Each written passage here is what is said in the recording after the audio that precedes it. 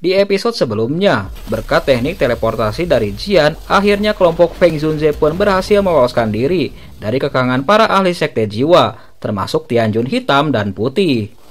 Setelah sampai di tempat aman, lalu tubuh ilusi Yao Chen pun keluar dari cincin penyimpanan Xiaoyan. Ia pun bergegas menuju tubuh Xiaoyan yang terkapar koma. Dengan kecemasan seorang guru yang melihat muridnya terluka, Yao Chen pun memeriksa keadaan Xiaoyan. Setelah diperiksa olehnya, tiba-tiba Yao Chen pun menjadi marah. Ia pun berkata kepada semua orang kalau luka yang diderita oleh Xiaoyan sangatlah serius. Ia pun mengatakan kalau 70% tulang Xiaoyan telah hancur serta pembuluh darahnya telah rusak. Akibat cedera yang dialami oleh muridnya itu membuat Yao Chen pun menjadi murka. Ia pun sesumbar akan menuntut balas kepada sekte jiwa. Melihat kemarahan dari Yao Chen, segera Feng Zunze pun menghampirinya dan berusaha untuk menenangkannya. Dalam keadaan marah, akhirnya Yao Chen pun memeriksa kembali keadaan Xiaoyan secara detail. Namun tiba-tiba ia pun merasakan sesuatu yang terjadi di dalam tubuh Xiaoyan. Yao Chen pun nampak terkejut. Ia pun berkata kepada semua orang kalau cedera yang dialami oleh Xiaoyan mungkin tidak seburuk yang diperkirakan. Ini akibat api surgawi 3000 Burning Flame. Menurut penjelasan Yao Chen, selama api surgawi di dalam tubuh Xiaoyan tidak padam, maka api surgawi itu akan secara otomatis menyembuhkan luka-luka yang ada di dalam tubuh Xiaoyan.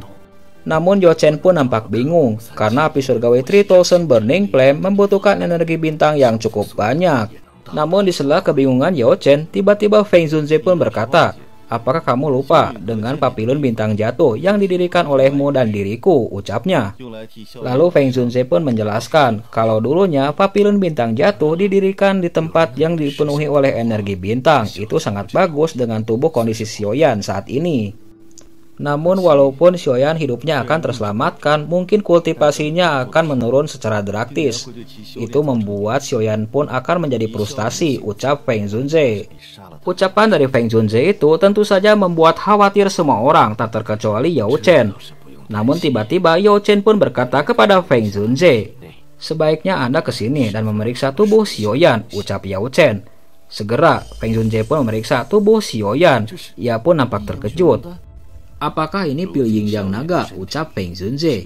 "Ya, ini adalah pil yin yang naga yang didapatkan Xiaoyan di daerah sudut hitam," ucap Yao Chen. Setelah mengetahui kondisi Xiaoyan tak seburuk yang diperkirakan, akhirnya kelompok Feng Zunze pun bergegas menuju Pavilion Bintang Jatuh.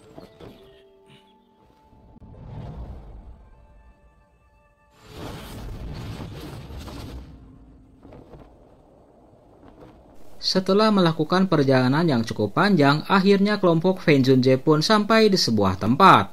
Lalu ia pun mengatakan kalau tempat ini adalah lokasi dari papilun bintang jatuh yang tersembunyi, ucapnya.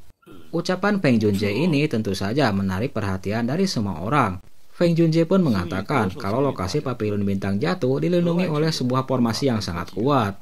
Ia pun mulai mengeluarkan sebuah slip batu giok. Setelah Feng Zunze mengeluarkan slip batu giok di telapak tangannya, tiba-tiba sebuah simbol pun muncul di hadapan semua orang. Akhirnya simbol itu pun membentuk sebuah pintu spasial yang menuju ke papilun bintang jatuh. Setelah pintu spasial terbuka, segera Feng Zunze pun memerintahkan semua orang agar segera mengikutinya.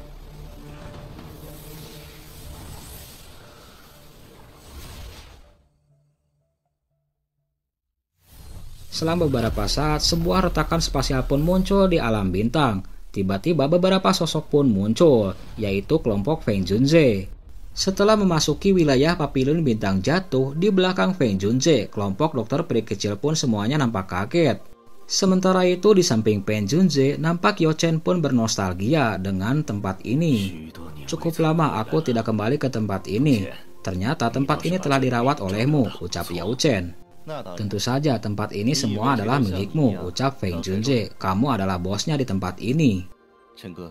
Di sela obrolan keduanya, tiba-tiba beberapa sosok pun melesat untuk menghampiri kelompok Feng Zunze. Ternyata yang datang itu adalah kelompok Mu Qingluan. Segera Mu Qingluan pun memberikan hormat kepada kelompok Feng Zunze. Sementara itu Feng Zunze pun berkata kepada Mu Qingluan dan murid yang lainnya, segera memberi hormat kepada Master Papilun Bintang Jatuh, ucapnya. Kelompok Muking Luan pun nampak bingung, namun segera mereka pun memberi hormat kepada Yao Chen. Yao Chen pun nampak tidak berdaya, lalu ia pun berkata kepada Feng Junzhe agar segera mengurus keadaan Xiaoyan. Sementara itu, Muking Luan di tempat yang lain pun terkejut melihat Xiaoyan. Melihat keterkejutan muridnya itu, Feng Junzhe pun menjelaskan, sebenarnya Xiaoyan telah bertarung dengan Dojun bintang 5. Xiaoyan berhasil melukai dan mematahkan lengan musuhnya. Namun kondisi Xiaoyan tidak baik-baik saja, ia pun terluka cukup parah, ucap Feng Junzhe. Setelah menjelaskan singkat kepada muridnya itu, lalu Feng Junzhe pun memimpin semua orang menuju menara bintang jatuh. Setelah sampai, lalu Feng Junzhe pun menempatkan tubuh Xiaoyan di sebuah altar. Segera energi bintang pun mulai menyelimuti tubuh Xiaoyan.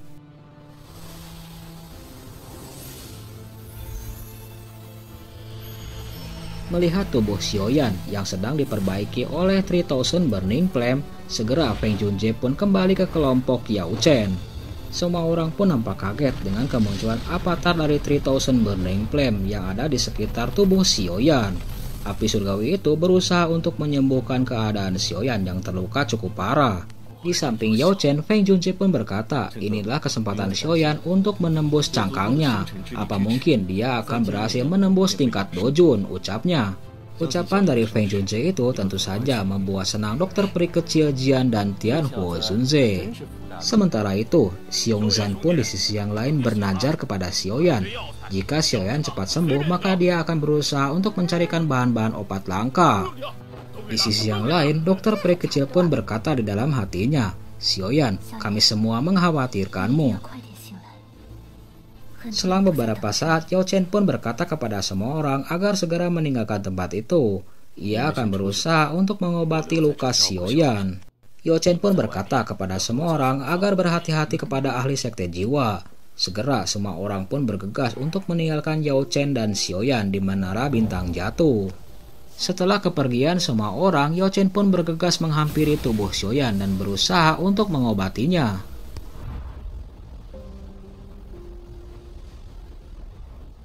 Selain mengobati Xiaoyan dengan teknik tenaga dalamnya, Yao Chen pun membuatkan sebuah pil. Lalu ia pun menyuapkan pil itu ke dalam mulut Xiaoyan.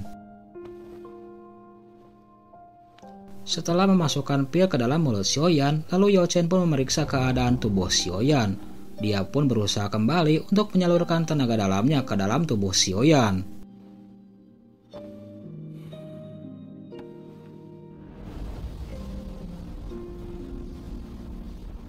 Di sela usahanya untuk mengobati muridnya, tiba-tiba sosok Feng Junzhe pun datang membawa makanan kepada Yao Chen. Namun ia tidak berani mengganggu Yao Chen yang sedang berusaha mengobati Xiaoyan. Di tempat yang lain, ketika Yao Chen berusaha untuk membantu pemulihan muridnya itu, dia pun teringat akan memorinya bersama Xiaoyan. Yao Chen pun bertekad dalam hatinya, ia semaksimal mungkin akan berusaha untuk menyelamatkan muridnya itu, karena muridnya itu adalah salah satu murid terbaik selama hidupnya. Setelah dirasa cukup stabil, akhirnya Yao Chen pun bergegas untuk meninggalkan Xiaoyan di menara bintang jatuh.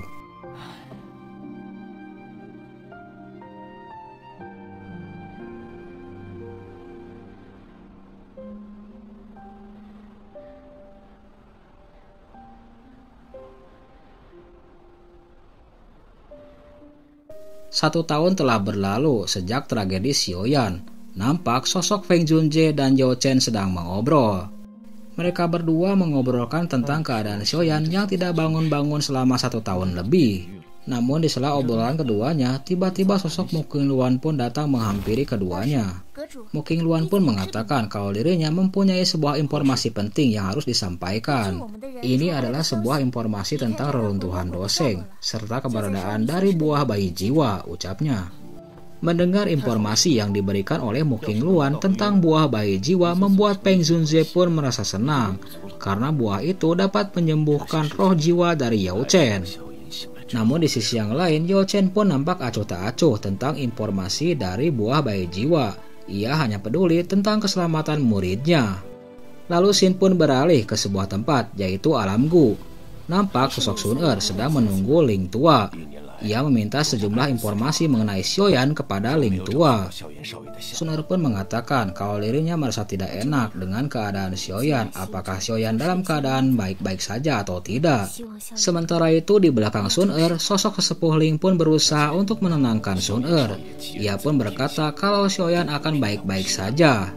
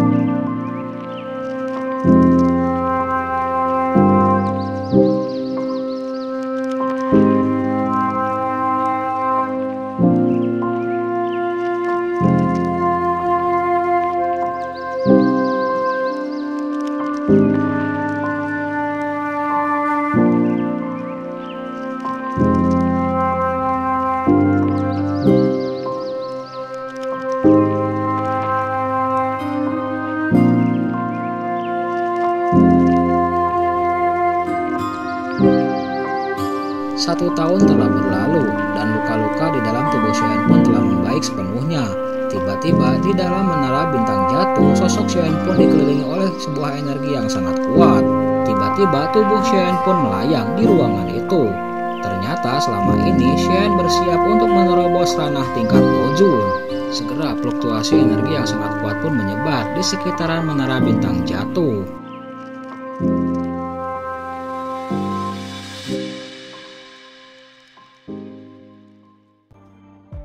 Akibat fluktuasi energi yang dikeluarkan oleh tubuh Xiaoyan membuat seluruh alam bintang pun bergetar. Semua orang pun nampak kaget dengan fenomena ini.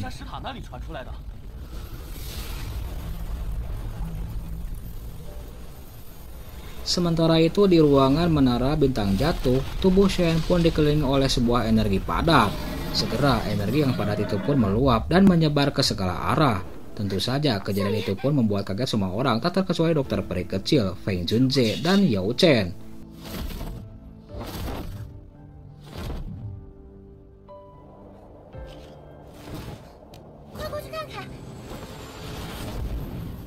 Akibat fluktuasi energi yang sangat kuat yang dipancarkan di atas menara bintang jatuh membuat semua orang pun berbondong-bondong datang ke tempat itu.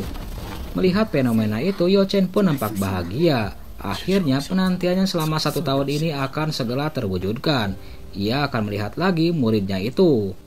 Namun di sela kebahagiaannya itu, Yao Chen pun nampak terkejut. Dia dapat merasakan kekuatan Dojun yang sangat kuat yang terpancar di atas menara bintang jatuh. Sementara itu di samping Yao Chen, Feng Junze pun mendesak. Dia tidak menyangka kalau selama ini Xiaoyan berusaha untuk menembus kultivator tingkat Dojun. Sementara itu di tempat yang lain, nampak sosok Xiaoyan pun sedang dikelilingi oleh sebuah avatar naga yang cukup besar. Avatar naga raksasa itu pun meliuk-liuk di sekitar tubuh Xiaoyan dan mengeluarkan energi yang sangat mengerikan. Sementara itu di tempat yang lain, kelompok Feng Junze dan Yao Chen pun memperhatikan transformasi dari Xiaoyan yang akan menembus kultivator tingkat Dojun.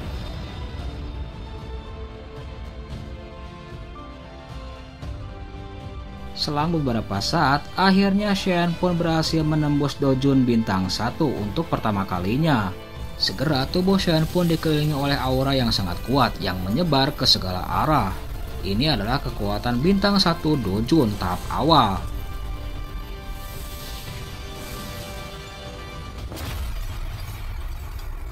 Fenomena terobosan Xiaoyan ini tentu saja menarik perhatian semua orang, tak terkecuali murid-murid dari Pavilion Bintang Jatuh. Mereka tidak menyangka kalau Xiaoyan akan menembus ranah tingkat Dojun.